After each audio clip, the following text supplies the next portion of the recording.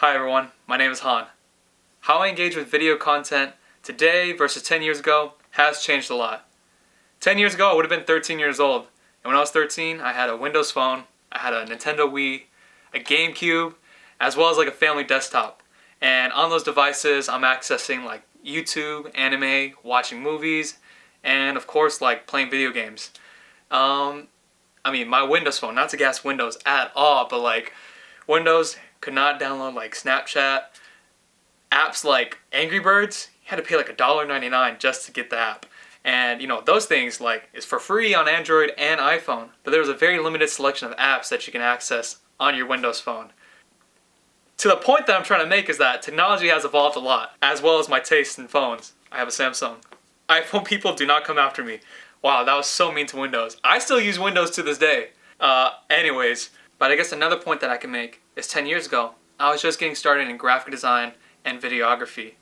I was into photography too back then. Mostly that's what I was using my phone for, which is to take like creative light pictures where you move your camera with a low shutter speed.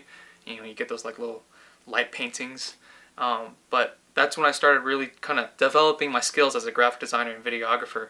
So I'm accessing things like Adobe Illustrator, Adobe Photoshop, as well as Adobe Premiere. Yes, there was a lot of fun back then, but I was really inefficient in how to use those apps. There's a lot of things I had to learn, and a lot of frustrating nights, especially for school projects when you have like a big deadline and you're just starting to test out all these features and programs, but it can be quite overwhelming. All that to say is that it was a steady increase of those apps throughout time. Those apps have become much more a part of my like day-to-day routine, my life, my career basically. That's pretty much what I'm here for studying, and it's just how to involve those skills and to support like communities and network. But there is one thing that you have to mention. 10 years ago, we didn't have a pandemic. As it is now, like I feel like I'm consuming so much media at one moment, and perhaps the context has changed. Maybe we're not just accessing video content like I did 10 years ago, just out of my leisure or because I have time to. Maybe we're accessing these things because we want to pass time.